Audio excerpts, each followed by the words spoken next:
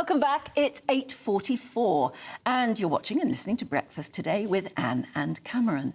Let's look into lots of the stories making headlines today with our lovely guests, Susan Holder and Emma Wolfe. But let's take you through the front pages first, and we'll start with the Sunday Telegraph, which reports on the Prime Minister's saying that hostile states are using migration to destabilise the West. The Mail on Sunday leads with another warning from Rishi Sunak, where he says the UK will be overwhelmed by illegal migration and it's going to destroy our democracy.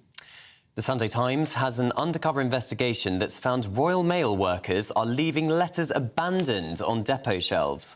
And The Observer says the Prime Minister has missed pledges on NHS waiting lists and beds, and that our health system is once again facing a winter crisis.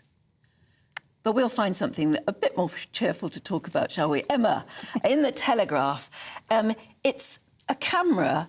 In fact, they were making a documentary behind the scenes of the coronation. It's a documentary which we can watch on Boxing Day. It's called Charles III, The Coronation Year. And they had cameras sort of behind the scenes in the royal household. And there's some lovely scenes, lovely footage has come out of just after the coronation, when the king, the newly crowned king and the Queen left left the coronation, and then they get back to the palace. And the younger brother, Edward, Duke of Edinburgh, steps forward and he says to Charles, apparently, and this is true, he says, "I know you've got this." Just really, really so lovely moments of that relief, of getting through it. And all the royal household, it looks like a wonderful documentary.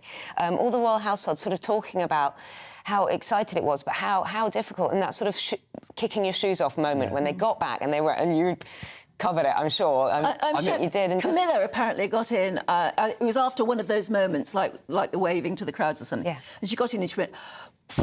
Yeah.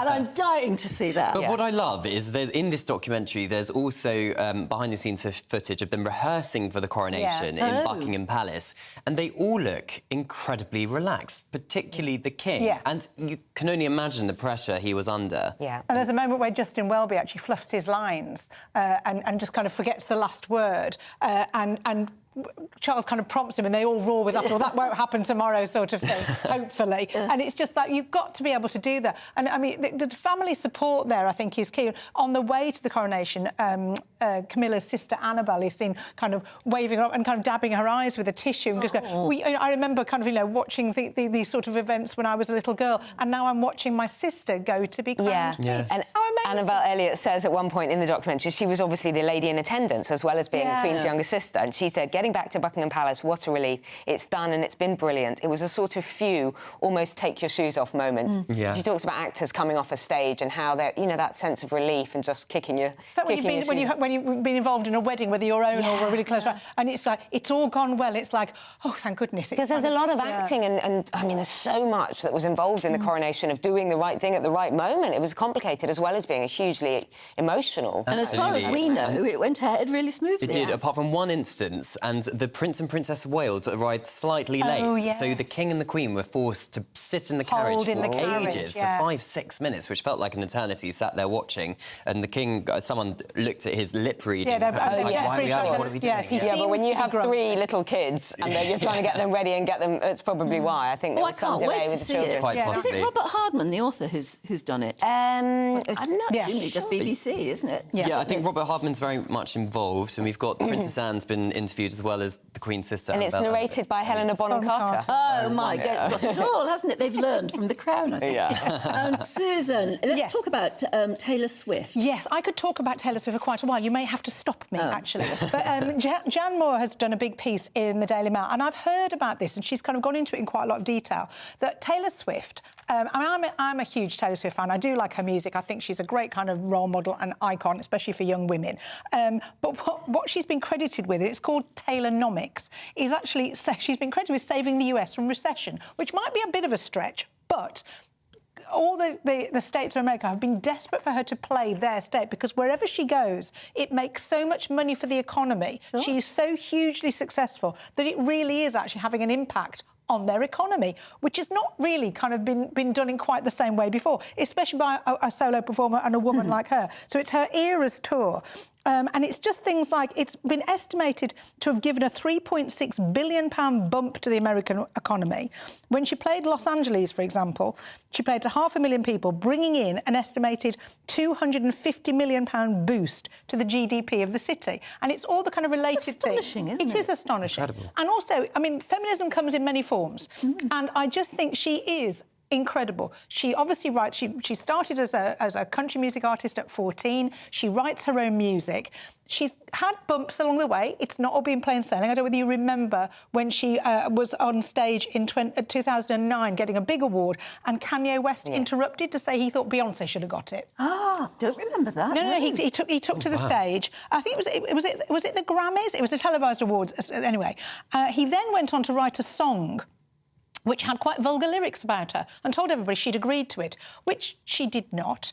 She's currently re-recording her 6 first albums because she lost control of them and somebody else bought them off her. So she's now re-recording because she doesn't... Yeah, she took on the record industry. She did. She really did. She did. She is phenomenal. Powerful. And also, she makes, I think, personally, and you can make your own mind up, but I think she makes good music. I think it's music that I find relatable. She also does 3 hours on stage, which some of the bigger female artists...